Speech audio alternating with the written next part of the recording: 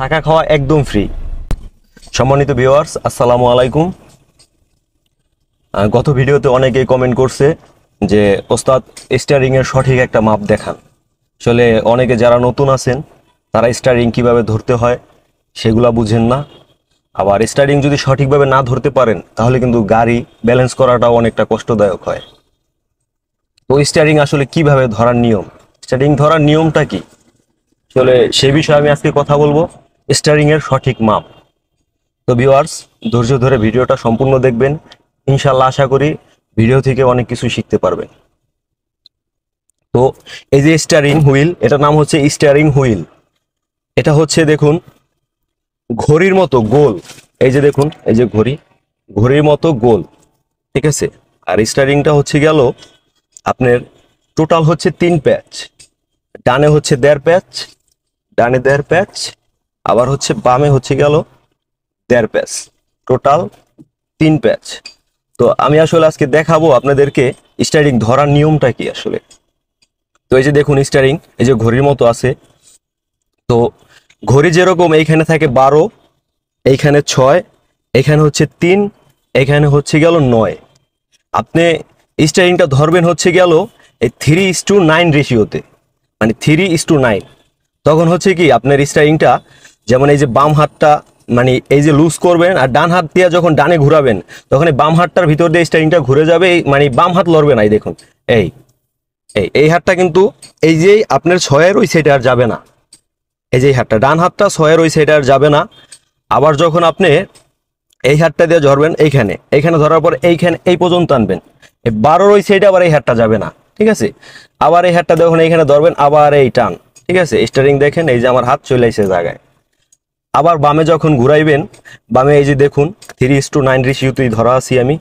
তো এই যে ডান হাতের ভিতর দিয়ে স্টিয়ারিংটা ঘুরে যাবে, এই যে দেখুন, এই যে দেখুন।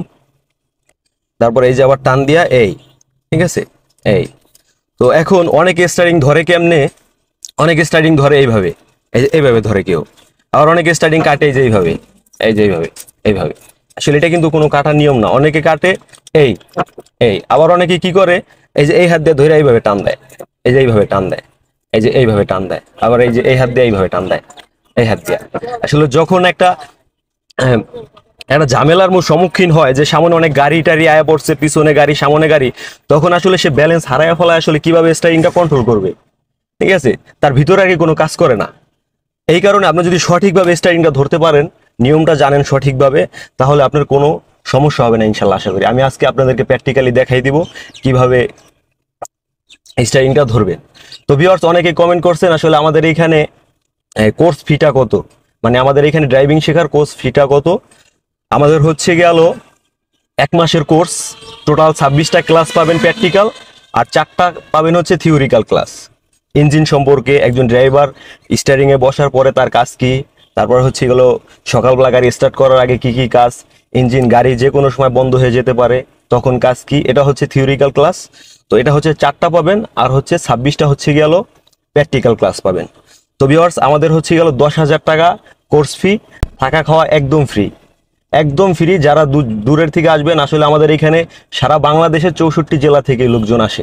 তো আপনারা যারা চাচ্ছেন যে আমাদের এখানে আসবেন, তাদের জন্য থাকা খাওয়া একদম ফ্রি। তো ভিউয়ার্স, যারা আসতে চাচ্ছেন তারা স্ক্রিনে আমাদের নাম্বার দেওয়া থাকবে, আমাদের নাম্বারে যোগাযোগ করবেন। তো ভিউয়ার্স, চলুন আমরা দেখবো এবার প্র্যাকটিক্যাল যে কিভাবে আসলে স্টিয়ারিংটা ধরার নিয়ম। এই যে আমি যাইতেছি, এবার আমি এই যে বামে লেফট টার্ন নিব, এই যে বামে লেফট টার্ন, এই এই এই, আবার এই যে ডানে কাটা লাগবে, এই এই। তো ভিউয়ার্স, দেখুন আপনারা আমি কিভাবে চালাই। এই যে এখান থেকে আমি এবার রাইট টার্ন নিব ডানে, এই যে এই যে স্টিয়ারিংটা ধরা আছি, এই এই দেখুন, এই যে দেখুন।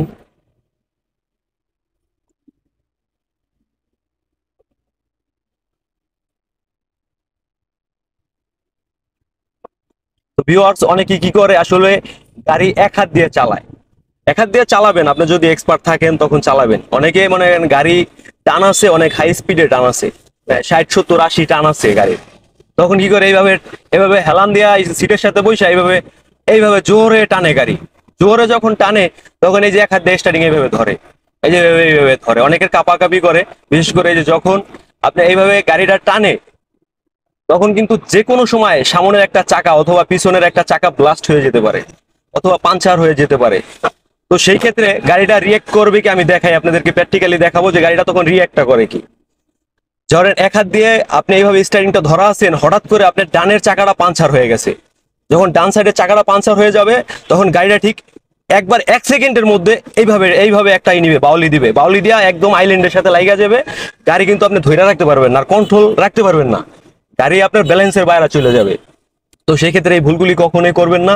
আসলে গাড়ি যখন জোরে চালাবেন, ঠিক আছে, এক হাত দিয়ে আমি চালাইতে না বলি না, যখন আস্তে চালাইবেন তখন আপনি আস্তে আস্তে সুন্দরভাবে এক হাত দিয়ে এইভাবে চালান, সমস্যা নেই। এইখানে ধরেন বা এইখানে ধরেন, বা কেউ এইখানে ধরে বাম হাত দিয়ে যে এইভাবে চালায়, ঠিক আছে। তো আমি না বলি না এক হাত দিয়ে চালায়েন না, কিন্তু যখন গাড়িটা জোরে চালাবেন, অনেক স্পিড থাকবে গাড়িতে, তখন আসলে স্টারিংটা ঠিক এইভাবে শক্ত করে ধরে রাখবেন। শক্ত করে বলতে এমন শক্ত না যে আপনার শরীরের কোনো ওয়েট স্টারিং এর পর থাকবে না, শরীরের অনেক শক্তি দিয়ে স্টারিং ধরা যাবে না, জাস্ট সফট, এইভাবে স্মুথলি ধরবেন, সফট।